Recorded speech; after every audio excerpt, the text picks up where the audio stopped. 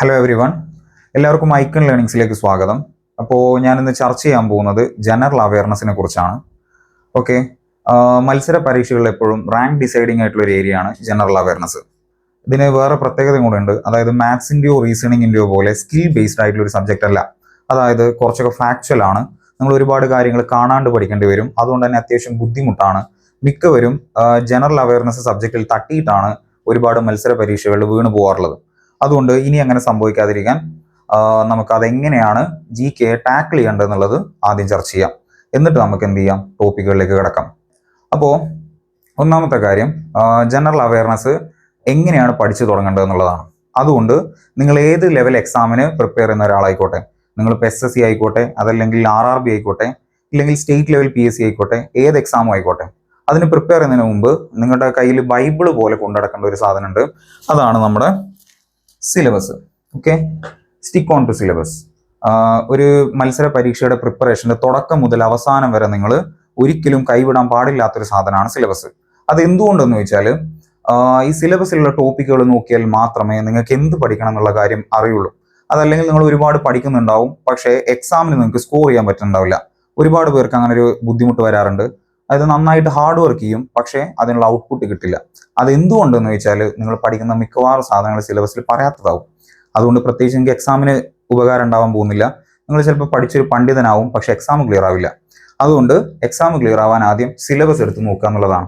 ഏത് എക്സാമിന് പ്രിപ്പയർ ചെയ്യുന്നതിന് മുമ്പ് ആദ്യം സിലബസ് എടുത്ത് അനലൈസ് ചെയ്യാം. അതിനുശേഷം സിലബസ് എടുത്ത് നോക്കിയാൽ ഞാൻ പറഞ്ഞു, നിങ്ങൾക്ക് എന്താണ് പഠിക്കേണ്ടതെന്ന് മനസ്സിലാവും. അതെങ്ങനെ പഠിക്കണമെന്ന് മനസ്സിലാവണമെങ്കിലാണ് നിങ്ങൾ പ്രീവിയസ് ഇയർ ക്വസ്റ്റ്യൻ പേപ്പേഴ്സ് നോക്കേണ്ടത്. ഇതെടുത്ത് അനലൈസ് ചെയ്താൽ മാത്രമേ ആ ഓരോ ടോപ്പിക്കിൽ നിന്നും എങ്ങനെയാണ് ക്വസ്റ്റ്യൻസ് വരാൻ പോകുന്നതെന്ന് നിങ്ങൾക്ക് മനസ്സിലാവുള്ളൂ. അതിനനുസരിച്ച് വേണം നിങ്ങൾ പഠിക്കാൻ. ഇപ്പോൾ എക്സാമ്പിൾ ആയിട്ട് ഒരു ടോപ്പിക് എടുത്തു, ആ ടോപ്പിക്കിനെ കുറിച്ച് നിങ്ങൾ ഒരുപാട് ഡീപ്പായിട്ട് പോകേണ്ട കാര്യം ഉണ്ടാവില്ല. കാരണം ചിലപ്പോൾ അതിന് ഏറ്റവും ബേസിക് ആയിട്ട് ഒരു ചോദ്യം മാത്രമേ ചോദിക്കുന്നുണ്ടാവുള്ളൂ. അപ്പോൾ അത് എങ്ങനെയാണ് ചോദ്യം വരുന്നതെന്ന് മനസ്സിലാക്കാൻ നിങ്ങൾ എന്തായാലും പ്രീവിയസ് ഇയർ ക്വസ്റ്റ്യൻസ് റെഫർ ചെയ്തേ പറ്റുള്ളൂ. ഓക്കെ, അപ്പോൾ എന്തായാലും ഒരു എക്സാമിന് പ്രിപ്പയർ ചെയ്യുമ്പോൾ ഏറ്റവും ആദ്യം ചെയ്യേണ്ട സ്റ്റെപ്പ് സിലബസും പ്രീവിയസ് ഇയർ ക്വസ്റ്റ്യൻസും ആണ്. ഇതിനോട് സ്റ്റിക്ക് ഓൺ ചെയ്തുകൊണ്ട് മാത്രം പോവാം. അതിനുശേഷമേ നിങ്ങൾ ഏത് സബ്ജക്റ്റ് ആണെങ്കിലും അത് പഠിച്ചു തുടങ്ങാൻ പറ്റുള്ളൂ. പിന്നെ ജനറൽ അവയർനെസിന്റെ കേസിൽ സിലബസ് നോക്കിയാൽ നിങ്ങൾക്ക് മനസ്സിലാവും, അത്യാവശ്യം ഹെവി ആയിട്ടുള്ള സിലബസ് ആണ്. പക്ഷെ അതിൽ വേറൊരു കാര്യം കൂടെ ഉണ്ട്. പണ്ട് നിങ്ങൾ സ്കൂളിൽ പഠിച്ച കാര്യങ്ങളാണ് മഹാഭൂരിപക്ഷവും. അതായത് NCERT ബേസ് ചെയ്തിട്ടാണ് ചോദ്യങ്ങളെല്ലാം ചോദിക്കുന്നത്. വലിയൊരു വിഭാഗം ചോദ്യങ്ങളും NCERT അതുപോലെ കോപ്പി പേസ്റ്റ് ചെയ്ത് ചോദിക്കാറുണ്ട്. അതുകൊണ്ട് നിങ്ങൾ ഏറ്റവും ആദ്യം പഠിത്തം, അത് ഒരു ബേസും ഇല്ലാത്തൊരു മനുഷ്യനെ കുറിച്ചാണ് ഞാൻ പറഞ്ഞുകൊണ്ടിരിക്കുന്നത്. ഓൾറെഡി പ്രിപ്പയർ ചെയ്ത ഒരാളാണെങ്കിൽ ഇത് വലിയ ബുദ്ധിമുട്ടുണ്ടാവില്ല. ഒരു ബേസും ഇല്ലാത്ത ഒരാൾ ഒരു പ്രിപ്പറേഷൻ തുടങ്ങുമ്പോൾ ആദ്യം ചെയ്യേണ്ട കാര്യം NCERT ടെക്സ്റ്റുകൾ ആദ്യം റെഫർ ചെയ്ത് തുടങ്ങുക എന്നുള്ളതാണ്. ഓക്കെ, അതിൽ നിന്നാണ് നിങ്ങൾ ബേസ് സെറ്റ് ആക്കേണ്ടത്. പിന്നെയാണ് നിങ്ങൾ ഫർദർ ആയിട്ട് പഠിച്ചു പോകേണ്ടത്. ഓക്കെ ആണല്ലോ? അപ്പൊ എന്തായാലും ഏറ്റവും ആദ്യം NCERT പഠിച്ചു തുടങ്ങാം. പിന്നെ നമ്മുടെ SSC എക്സാമിന്റെ ഒരു സ്ട്രക്ചറിനെ കുറിച്ച് ഞാൻ പറയാം. അതായത് CGL എക്സാമിന്റെ സിലബസ്, അതായത് ജനറൽ ഇന്റലിജൻസും റീസണിങ്ങും 25 മാർക്കിന്, ടയർ 1ന്റെ കാര്യമാണ് ഞാൻ പറയുന്നത്. പിന്നെ ജനറൽ അവയർനെസ് ഒരു 25 മാർക്കിന്, പിന്നെ ക്വാണ്ടിറ്റേറ്റീവ് ആപ്റ്റിറ്റ്യൂഡും ഇംഗ്ലീഷ് കോംപ്രഹൻഷനും. ഇതിൽ മാത്സും റീസണിങ്ങും അത്യാവശ്യം സ്കിൽ ബേസ്ഡ് ആയിട്ടുള്ള ഒരു സാധനമാണെന്ന് ഞാൻ ഓൾറെഡി പറഞ്ഞു.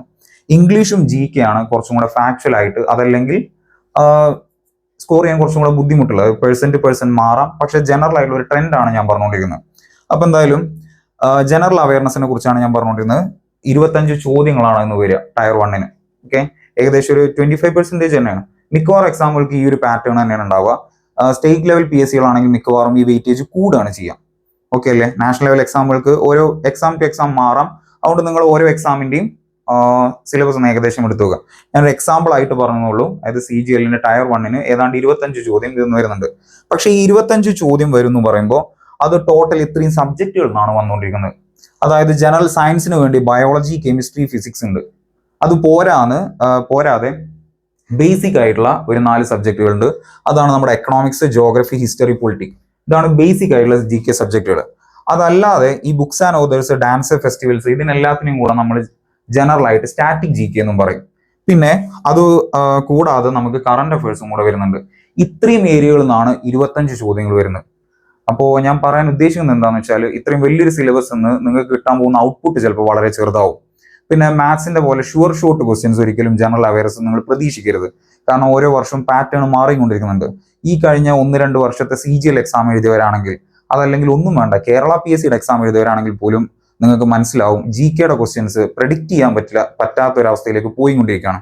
ഓക്കെ അല്ലേ? ഇത് പാറ്റേൺ ഇടക്കിടക്ക് മാറിക്കൊണ്ടിരിക്കും. അപ്പൊ അതിനുള്ള സൊല്യൂഷൻ എന്താണെന്ന് വെച്ചാൽ ഈ പറയുന്ന സിലബസും പ്രീവിയസ് ഇയർ ക്വസ്റ്റ്യൻസും വെച്ച് എങ്ങനെ ചോദ്യം വന്നാലും അത് നേരിടാൻ പറ്റുന്ന ഒരു അവസ്ഥയിലേക്ക് നിങ്ങൾ സ്വയം മോൾഡ് ചെയ്തെടുക്കുക എന്നുള്ളത് മാത്രമാണ്.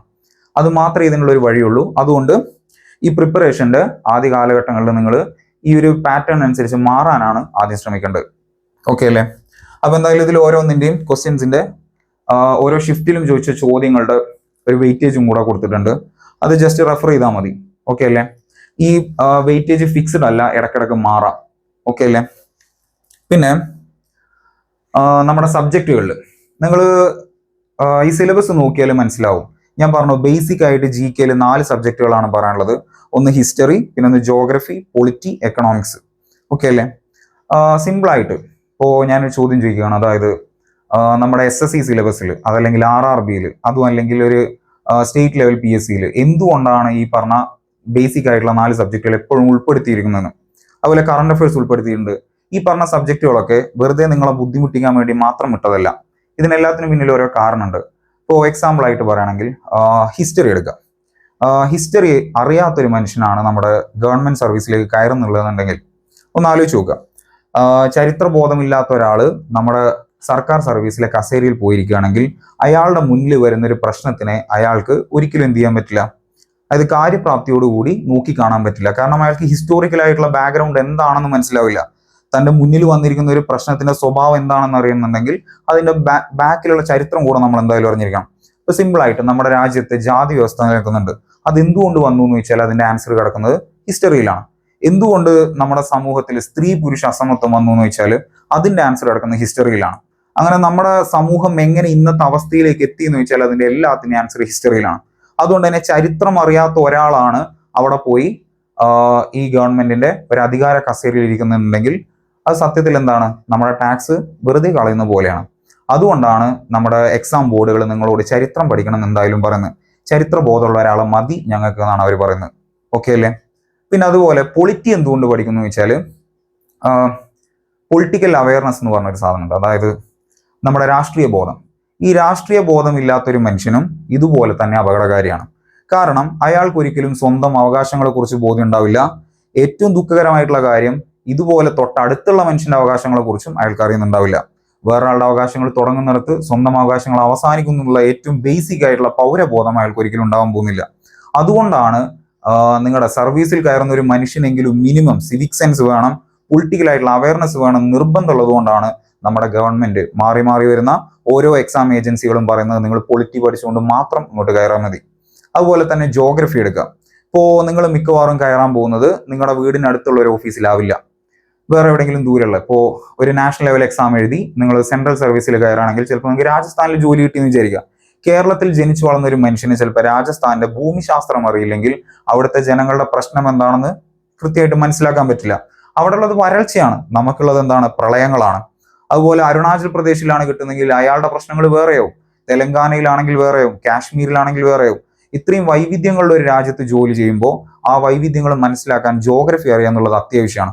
അങ്ങനെയാണെങ്കിലേ നിങ്ങൾക്ക് അവിടുത്തെ പ്രകൃതിക്ഷോഭങ്ങൾ നേരിടാൻ പറ്റുള്ളൂ. അവിടെയുള്ള സ്കേഴ്സിറ്റികളും അവിടെയുള്ള എക്കണോമി ഇങ്ങനെ വർക്ക് ചെയ്യുന്നുള്ളതും എല്ലാതും ജോഗ്രഫിയോട് റിലേറ്റഡ് ആണ്. നമ്മുടെ ചരിത്രവും ജോഗ്രഫിയോട് റിലേറ്റഡ് ആണ്. അതുകൊണ്ട് തന്നെ ആ ജോഗ്രഫി പഠിച്ചിട്ടില്ലെങ്കിൽ നിങ്ങൾക്ക് ഒരിക്കലും ഈ പറഞ്ഞ ഒരു സബ്ജക്റ്റും മനസ്സിലാവാൻ പോകുന്നില്ല. അതിന്റെ പൂർണ്ണമായ അർത്ഥത്തിൽ നിങ്ങൾക്ക് ഉൾക്കൊള്ളാൻ പറ്റില്ല. അതുകൊണ്ടാണ് നിങ്ങളോട് ജോഗ്രഫി പഠിച്ചിട്ട് മാത്രം വന്നാൽ മതി എന്ന് നമ്മുടെ എക്സാം ഏജൻസി പറയുന്നു. ഓക്കെ ആണല്ലോ? പിന്നെ നമ്മുടെ സാമ്പത്തികപരമായിട്ടുള്ള ചരിത്രം എങ്ങനെയാണ് കിടക്കുന്നത്, ഇവ കാര്യങ്ങളൊക്കെ എന്തായാലും നിങ്ങൾക്ക് ബോധ്യം ഉണ്ടാവും എന്നുള്ളത് കൊണ്ടാണ് എക്കണോമിക്സ് നിങ്ങളെ പഠിപ്പിക്കുന്നത്. അതായത് ഈ പറഞ്ഞ സബ്ജക്റ്റുകളൊന്നും വെറുതെ സിലബസിൽ ഇട്ടതല്ല. ഇതിനെക്കുറിച്ചെല്ലാം ബോധമുള്ള ഒരാളെയാണ് അവർക്ക് ഗവൺമെന്റ് സർവീസിലേക്ക് വേണ്ടത്. അതുകൊണ്ട് ഓരോ സബ്ജക്റ്റും എന്ത് ചെയ്യുക, അതിനനുസരിച്ച് പഠിക്കാം. Okay okay coming to the point. അപ്പോൾ ആദ്യം ഹിസ്റ്ററിയിൽ ഞാൻ പറഞ്ഞു നിങ്ങൾ പ്രിപ്പയർ ചെയ്ത് തുടങ്ങുമ്പോൾ ആദ്യം NCERT വായിച്ചിട്ടാണ് തുടങ്ങുന്നത്. ഒരു 6ാം ക്ലാസ് മുതലുള്ള NCERT ആണ് സാധാരണ പറയാറുള്ളത്. പക്ഷെ 6ഉം 7ഒന്നും വായിച്ചിട്ടില്ലെങ്കിലും വലിയ പ്രശ്നമില്ല. കാരണം അത് ചെറിയ കുട്ടികൾക്കുള്ള സാധനമാണ്. നിങ്ങൾ ഒരു 8ാം ക്ലാസ് മുതലുള്ളത് വായിച്ചാലും മതി. ഓക്കെ അല്ലേ? പിന്നെ സെലക്റ്റീവ് ആയിട്ട് സിലബസിലുള്ള ടോപ്പിക്കുകൾ മാത്രം വായിക്കുക, പ്രീവിയസ് ഇയർ ക്വസ്റ്റ്യൻസിനനുസരിച്ച് മാത്രം വായിക്കുക, അത് കൂടുതൽ വായിക്കരുത്. ഓക്കെ. പിന്നെ അത് കുറച്ച് ബേസിക് ആയിട്ടുള്ള ടെക്സ്റ്റുകളാണ്. ആൻഷ്യന്റ് ഇന്ത്യക്ക് RS ശർമ്മയുടെ ഒരു ടെക്സ്റ്റ് ഉണ്ട്, മിഡീവൽ ഇന്ത്യക്ക് അതുപോലെ സതീഷ് ചന്ദ്ര ഉണ്ട്, പിന്നെ മോഡേൺ ഇന്ത്യക്ക് ബിപിൻ ചന്ദ്ര ഉണ്ട്. ഇന്ത്യൻ ഹിസ്റ്ററിയാണ് നമ്മൾ കൂടുതൽ ഫോക്കസ് ചെയ്യേണ്ടത്. ഇന്ത്യൻ ഹിസ്റ്ററിക്ക് ഇപ്പോൾ നിലവിലുള്ള നല്ല 3 പുസ്തകങ്ങളാണ്. നിങ്ങൾക്ക് പേഴ്സണൽ ചോയ്സ് വേറെ എന്തെങ്കിലും ഉണ്ടെങ്കിൽ അതും വായിക്കാം, യാതൊരു പ്രശ്നമല്ല. ഓക്കെ. പിന്നെ അടുത്തത് ജോഗ്രഫിയാണ്. ഞാൻ പറഞ്ഞു ജോഗ്രഫി പഠിക്കേണ്ടത് സത്യം പറഞ്ഞാൽ മാപ്പുകളും ചിത്രങ്ങളും വെച്ചിട്ട് മാത്രമേ ജോഗ്രഫി പഠിക്കാൻ പാടുള്ളൂ. അല്ലാണ്ട് ഒരുപാട് വായിച്ച് പഠിക്കരുത്. കാരണം അക്ഷരങ്ങൾ ഒരിക്കലും നിങ്ങളുടെ മൈൻഡിൽ നിൽക്കാൻ പോകുന്നില്ല, ചിത്രങ്ങളാണ് നിൽക്കാൻ പോകുന്നത്. ഓക്കെ, അപ്പൊ എന്തായാലും അതിനും ആദ്യം ചെയ്യേണ്ടത് ജോഗ്രഫിയുടെ NCERT വായിച്ചു തുടങ്ങുക എന്നുള്ളതാണ്.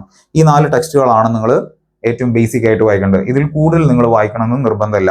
കാരണം ഇത് വെച്ചാൽ തന്നെ മിക്കവാറും ജോഗ്രഫിയുടെ ക്വസ്റ്റ്യൻസ് നിങ്ങൾക്ക് ചെയ്യാൻ പറ്റും. പിന്നെ കറണ്ട് അഫയേഴ്സും കൂടെ അപ്ഡേറ്റ് ചെയ്യുക ഇതിന്റെ കൂടെ. ഓക്കെ, പിന്നെ അടുത്തത് ഇന്ത്യൻ പൊളിറ്റിയാണ്. ഇന്ത്യൻ പൊളിറ്റിയിൽ നമ്മുടെ പൊളിറ്റിയുടെ ബൈബിൾ എന്നൊക്കെ പറയുന്ന ലക്ഷ്മികാന്തിന്റെ ടെക്സ്റ്റ് അത് തന്നെയാണ് ഏറ്റവും നല്ലത്. പക്ഷെ NCERT വായിച്ചിട്ട് ലക്ഷ്മികാന്തിലേക്ക് കടക്കാവും നല്ലത്. കാരണം അത്യാവശ്യം കുറച്ച് കട്ടിയുള്ള ടെക്സ്റ്റ് ആണ്. പക്ഷെ അത്യാവശ്യം ബേസ് അറിയുന്ന ഒരാളാണെങ്കിൽ വലിയ കുഴപ്പമില്ലാണ്ട് വായിച്ചു പോകാനും പറ്റും. അതുകൊണ്ട് NCERT വായിച്ചിട്ട് നിങ്ങൾ ഇന്ത്യൻ പൊളിറ്റി റെഫർ ചെയ്താൽ മതി. ഓക്കെ, പിന്നെ എക്കണോമിക്സിന് ഒരു കൺസെപ്ച്വൽ ആയിട്ടുള്ള സബ്ജക്ട് ആയതുകൊണ്ട് കമ്പൈൻ സ്റ്റഡി അത്യാവശ്യം എഫക്റ്റീവ് ആയിട്ട് നടക്കുന്ന ഒരു സബ്ജക്റ്റ് ആണിത്. നിങ്ങൾ ഓരോ കൺസെപ്റ്റും പഠിച്ചതിന് ശേഷം നിങ്ങളുടെ കൂട്ടുകാരനോടോ അല്ലെങ്കിൽ കൂട്ടുകാരിയോടോ പരസ്പരം ഒന്ന് ചർച്ച ചെയ്യുക. അങ്ങനെയാണെങ്കിൽ അത് കുറച്ചും കൂടെ എഫക്റ്റീവ് ആവാൻ ചാൻസ് ഉണ്ട്. ഓക്കെ, അപ്പൊ എന്തായാലും എക്കണോമിക്സിന് ഏറ്റവും ആദ്യം NCERT മാക്രോ എക്കണോമിക്സിന്റെ ടെക്സ്റ്റ് ആണ് നിങ്ങൾ വായിക്കേണ്ടത്. ഓക്കെ അല്ലേ? +1 +2 കിടക്കുന്ന മാക്രോ എക്കണോമിക്സിന്റെ ടോപ്പിക്കുകൾ സെലക്റ്റീവ് ആയിട്ട് വായിക്കുക. അതിൽ കാണുന്ന ക്വസ്റ്റ്യൻസും അങ്ങനെയുള്ള കാര്യങ്ങളൊന്നും ഒക്കെ ഒഴിവാക്കുക. ജസ്റ്റ് തിയറികൾ മാത്രം ഫോളോ ചെയ്ത് പോവുക. അതുപോലെ ഇന്ത്യൻ എക്കോണമിക്ക് ശങ്കർ ഗണേഷ് കർപ്പയുടെ ഒരു ടെക്സ്റ്റ് ഉണ്ട്, അത് വായിക്കാം. അതല്ലെങ്കിൽ രമേശ് സിംഗ്, നിങ്ങൾക്ക് എന്തെങ്കിലും പേഴ്സണൽ ചോയ്സ് ഉണ്ടെങ്കിൽ ഏത് ടെക്സ്റ്റ് വേണമെങ്കിലും നിങ്ങൾക്ക് റെഫർ ചെയ്യാം. ഓക്കെ, അപ്പൊ എന്തായാലും ഏറ്റവും അവസാനം പറയാനുള്ളത് ഇതാണ്, ഓൾവേസ് കീപ് അപ്ഡേറ്റഡ്. എപ്പോഴും എന്ത് ചെയ്യുക, കറണ്ട് അഫയേഴ്സ് അപ്ഡേറ്റ് ചെയ്തുകൊണ്ടേയിരിക്കുക. നിങ്ങൾ ഒരിക്കലും ഔട്ട്ഡേറ്റഡ് ആയി പോകരുത്. ചുറ്റും നടക്കുന്നത് എന്താണെന്നുള്ളത് ഈ അടുത്ത് നടന്ന കുറച്ച് എക്സാമുകൾ നോക്കിയാൽ നിങ്ങൾക്ക് മനസ്സിലാവും. കറണ്ട് അഫയേഴ്സ് വളരെയധികം ഇമ്പോർട്ടൻ്റ് ആണ്. ഏറ്റവും കൂടുതൽ ചോദ്യങ്ങൾ വന്നിരിക്കുന്നത് കറണ്ട് അഫയേഴ്സ് എന്നാണ്. അതല്ലെങ്കിൽ ബേസിക് ആയിട്ടുള്ള GK ചോദിക്കുകയാണെങ്കിൽ പോലും അത് കറണ്ട് അഫയേഴ്സ് റിലേറ്റഡ് ആയിട്ടുള്ള ചോദ്യങ്ങളാണ് വരിക. ഇപ്പോൾ നമ്മുടെ ആഫ്രിക്കയിലെ ഇരട്ടയാലി എന്ന് പറഞ്ഞ ഒരു അഗ്നിപർവ്വതം പൊട്ടിത്തെറിച്ചു. അപ്പോൾ അഗ്നിപർവ്വതങ്ങളെ കുറിച്ചാവും ചോദ്യം വരിക. അത് ന്യൂസ് റിലേറ്റഡ് ആണ് ചോദ്യങ്ങൾ. അതുകൊണ്ട് എപ്പോഴും പേപ്പർ വായിക്കുക. പറ്റുകയാണെങ്കിൽ ഹിന്ദു പേപ്പർ തന്നെ വായിക്കുക. നിങ്ങൾക്ക് വേറെ ഏതെങ്കിലും പേപ്പറാണ് കംഫർട്ടബിൾ എന്നുണ്ടെങ്കിൽ അതും കൂടെ വായിക്കുക. പേപ്പർ വായിക്കുന്നത് നിങ്ങളുടെ ജനറൽ അവയർനെസ്സിനെയും അതുപോലെ നിങ്ങളുടെ ഇംഗ്ലീഷ് കോംപ്രഹെൻഷനെയും നന്നായിട്ട് സഹായിക്കും. വൊക്കാബുലറി നന്നാവാനും അത് സഹായിക്കും. ഓക്കെ, അത്രേ തൽക്കാലം പറയാനുള്ളൂ. പിന്നെ നമ്മുടെ താനോസ് പറഞ്ഞ കാര്യം, the hardest choices require strongest Wills. അപ്പം എന്തായാലും അവസാനം വരെ നിങ്ങൾ ഈ വിൽ പവർ ചോരാണ്ട് കാത്തു സൂക്ഷിക്കുക. കാരണം ഇത്ര വലിയൊരു സിലബസ് ഇട്ടത് തന്നെ നിങ്ങളുടെ വിൽ പവർ ചെക്ക് ചെയ്യാൻ വേണ്ടിയിട്ടാണ്. ഇടയ്ക്ക് വെച്ച് നിങ്ങൾ കീഴടങ്ങാണ്ടിരിക്കുക. Anyway, all the best.